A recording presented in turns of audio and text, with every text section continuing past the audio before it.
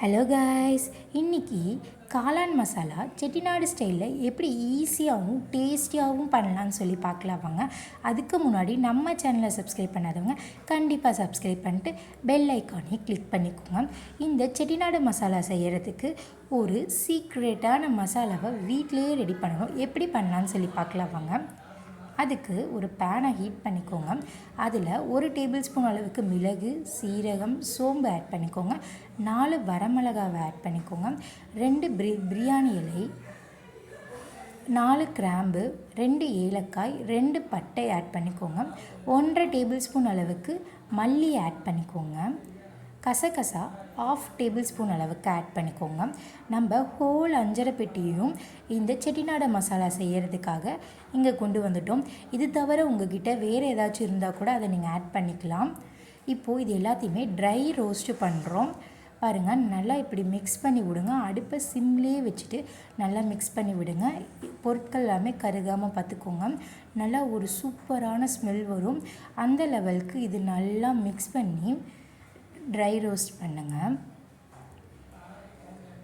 Wow, பாருங்களேன், ஸ்மெல்லே எவ்வளோ சூப்பராக இருக்குன்னு சொல்லிட்டு இப்போது அடுப்பை ஆஃப் பண்ணிவிட்டு ஒரு மிக்சர் ஜாருக்கு மாற்றி நல்லா ஸ்மூத் பவுடர் மாதிரி அரைச்சி எடுத்து வச்சுக்கோங்க. இது இப்போ ஒரு ஓரமாக இருக்கட்டும். இப்போது மசாலா பண்ணுறதுக்கு ஒரு பேனில் கொஞ்சமாக எண்ணெய் சேர்த்து 1/2 டேபிள் ஸ்பூன் அளவுக்கு சீரகம் ஆட் பண்ணிக்கோங்க. 1 கொத்து கருவேப்பிலை ஆட் பண்ணிக்கோங்க. இது நல்லா ஃப்ரை ஆனதும் ஒரு பெரிய சைஸ் வெங்காயத்தை பொடி பொடியாக கட் பண்ணி இதில் சேர்த்துக்கோங்க. வெங்காயம் நல்லா ஃப்ரை ஆகணும். அந்த லெவலுக்கு இது நல்லா ஃப்ரை பண்ணி விடுங்க. இப்போது காளான் கிரேவி பண்ணுறோம், மசாலா பண்ணுறோம் அப்படின்னா கண்டிப்பாக குட்டி குட்டியாக வெங்காயத்தை நறுக்கி போடுங்க. ரொம்ப சூப்பராகவும் டேஸ்ட்டாகவும் இருக்கும். அதே சமயம் மசாலாவும் நமக்கு நிறையா கிடைக்கும். இப்போது வெங்காயம் நல்லா முழுமையாக வதங்கினதுக்கப்புறமேட்டுக்கு இதில் 1 டேபிள் ஸ்பூன் அளவுக்கு இஞ்சி பூண்டு பேஸ்ட்டை ஆட் பண்ணிக்கோங்க. இஞ்சி பூண்டு பேஸ்ட் ஃப்ரெஷ்ஷாக அரைச்சி சேர்த்துக்கோங்க, இன்னும் டேஸ்டியாக இருக்கும். இப்போது ஒரு பழுத்த தக்காளியை குட்டி குட்டியாக கட் பண்ணி அதையும் இதில் சேர்த்து நல்லா தக்காளியும் முழுமையாக வதங்குற லெவலுக்கு நல்லா ஃப்ரை பண்ணுங்கள்.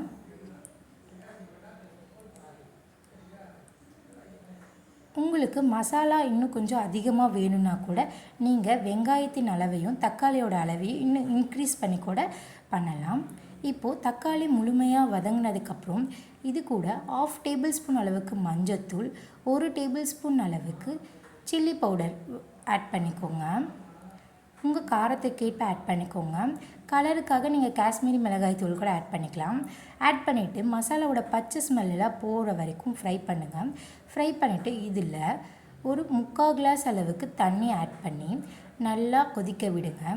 கொதித்ததும் நம்ம குட்டி குட்டியாக கட் பண்ணி வச்சுருக்க மஷ்ரூமை இதில் ஆட் பண்ணி நல்லா ஃப்ரை பண்ணிக்கலாம்.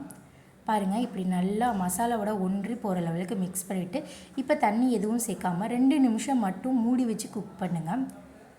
பாருங்களேன், மஷ்ரூம்லேருந்து எவ்வளோ தண்ணி வெளியில் வந்திருக்குன்னு சொல்லிட்டு சூப்பராக இருக்குல்ல பார்க்கவே. இப்போ இது கூட நம்மளுடைய சீக்ரெட் செட்டிநாடு மசாலா நம்ம அரைச்சி வச்சுருக்கோம் இல்லையா, அதை 1.5 டேபிள் ஸ்பூன் அளவுக்கு ஆட் பண்ணி நல்லா மிக்ஸ் பண்ணி விடுங்க. உங்களுக்கு உப்பு தேவைன்னா இந்த ஸ்டேஜில் ஆட் பண்ணிக்கோங்க. நல்லா மிக்ஸ் பண்ணி விடுங்க. இப்போ ஆட் பண்ணியிருக்க மசாலாவோட பச்சை ஸ்மெல்லு போகணும். அந்த லெவலுக்கு நல்லா மிக்ஸ் பண்ணி விட்டிங்கன்னா அதில் இருக்கிற தண்ணியிலேயே மஷ்ரூம் நல்லா வெந்து வந்துடும். உங்களுக்கு மசாலா கொஞ்சம் கிரேவி டைப்பில் வேணும்னா இன்னும் கொஞ்சம் தண்ணி ஆட் பண்ணிக்கோங்க. ஆட் பண்ணிவிட்டு நல்லா மிக்ஸ் பண்ணி விடுங்க. அவ்வளோதான். இப்போது லாஸ்ட்டாக கொத்தமல்லி இலைகளை தூவி இறக்கிட வேண்டியதான். ரொம்ப சிம்பிளான மசாலாவை வச்சு சூப்பராக செட்டிநாடு காளான் மசாலாவை ரெடி பண்ணிட்டோம். நீங்களும் கண்டிப்பாக வீட்டில் ட்ரை பண்ணி பாருங்கள். தேங்க்யூ.